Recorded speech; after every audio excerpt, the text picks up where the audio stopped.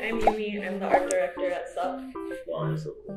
I'm Kosi, and I'm lore master at SUP. Wow. We're going to do a quick series of world building exercises, both on the art and the narrative side. And hopefully we'll, give you tips and tricks for how we approach this stuff. Yeah. So we have such a vast variety of characters already created with their backstory by Kosi and their art by me and the team.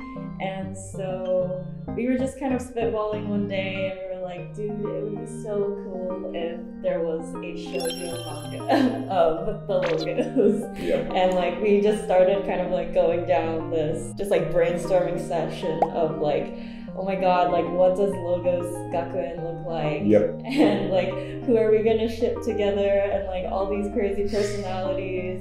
And so, this is the type of spin-off episode we want to see from our audience too. So right.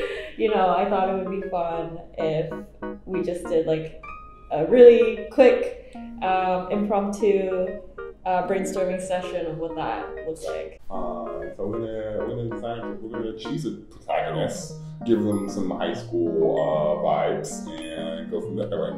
Yep, sounds good. Do you have anyone in mind because it's a shoujo, so there has to be a love interest. Yes. Right? There has to be a love triangle. There has to be a love triangle. So we're actually gonna have to have 3 characters.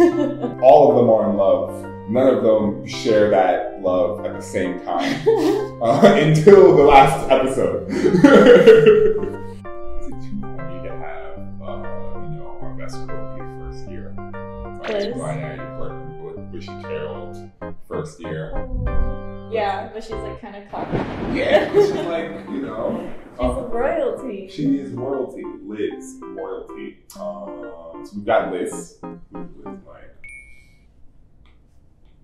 Herself. She's kind of cocky and prideful, so she's I have to get the coolest man, but then she starts falling for this rando in the corner. You're mine. Because we have to find the coolest guy in school. I mean, could totally be Bo. I'm just gonna see something real quick. She's just cool, charismatic, skater girl, tomboy. Everyone loves her because she's cool and really nice. We've got Liz, Bo. Yeah, I think we need a more clumsy, quirky. Right. Yeah. I need someone to trip over the books and Liz scoff as they're picking up the book, and then they look up at each other and. Bran is kind of clumsy. Yeah, I'm not mad at Bran. He's just the fixer-upper guy. He's kind of a nerd. Can we go with Bran?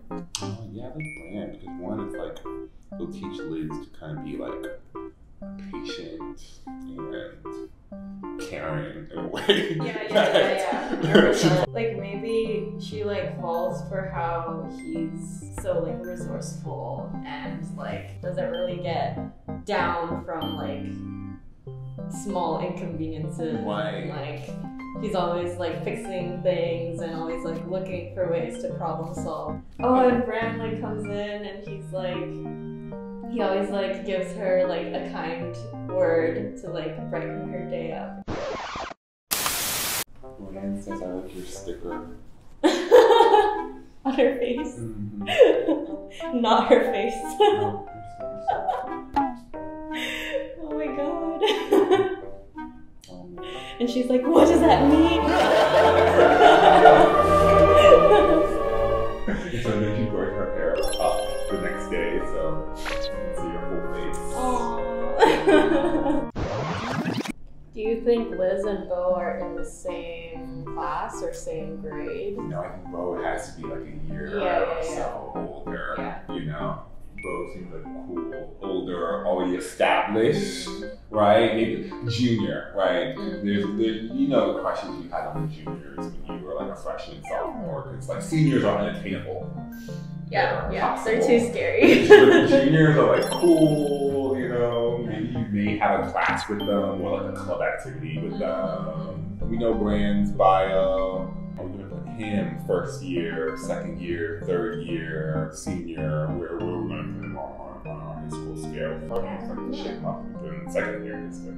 And then some diversity. Yeah, maybe second year. Cool. We'll do second year. Okay, so we have our cast of characters. We have Liz, we have Bo, we have Bran. All right, so let's get into these uniforms. Yeah, we were thinking maybe like a progression system. Yeah, like a progression system. You know, like logos are very stylish and they go out of their way to look for interesting pieces and incorporate them into their fashion, and so there's almost like a hierarchy of like how much modding you can do to your outfit.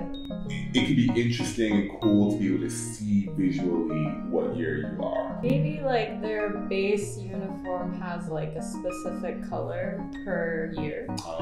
And then so it goes from like maybe like a gray base to like I don't know, like maybe you get to add more colors, so like you get like your primary colors.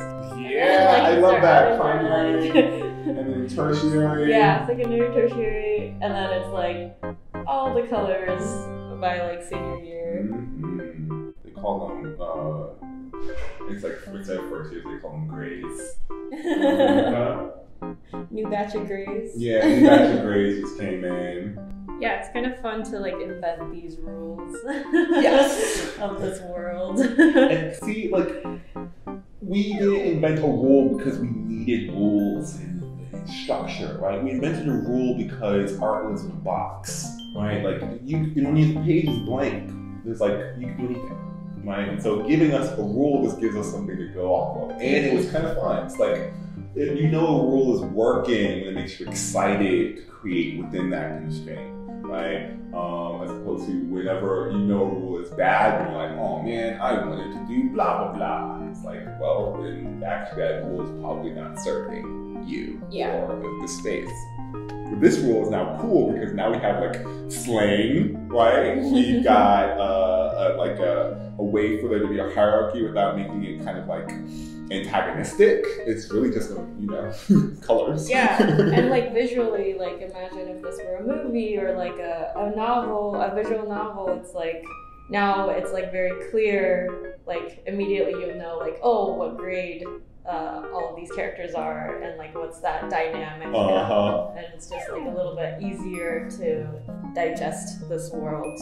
You never really know what something is gonna look like or if it looks right or wrong until you like put it down. So like I would say just like go for it and just start drawing without like feeling too much pressure to get it right immediately, because you probably won't. It takes time to like go back and forth between like the lore and then the art, and then the story informs the art, and then the art also informs the story. So it's a very like collaborative process, and it does take a lot of time. It is like it's fun, but it's also like pretty challenging. But hopefully like you find the fun in that challenge. Cool, so I have a quick slay. Very rough sketch. So like for this character, I have a few different motifs. So the main rules are like, it has to be a school uniform. So it's gonna start off with like a base school uniform, and then it'll have some armor pieces because that is what makes a logo. And then it'll also be kind of reminiscing of streetwear, which is like kind of similar to like the uniform aesthetic sometimes. So that was a little bit easier to like infuse in there. But I was thinking maybe like she has these like really cute frills on her collar that she like DIY'd or like cut. And then I was like, okay, so maybe this is a recurring kind of shape throughout her design. So I added like a frilly apron to her skirt. Like maybe she found an apron, she's like, oh my god, this is so cute, and she just like added it. And then logos is also like, what's kind of cool about them is like a lot of times they're like asymmetric in design. Like I might not have like added the same thing to like both sides to like keep it a little bit kind of interesting, and that's what makes them less realistic, I guess, because a lot of fashion in our like real life is like pretty symmetrical, and so like just giving them a little bit of asymmetry just like immediately adds that fantasy element to them a little bit.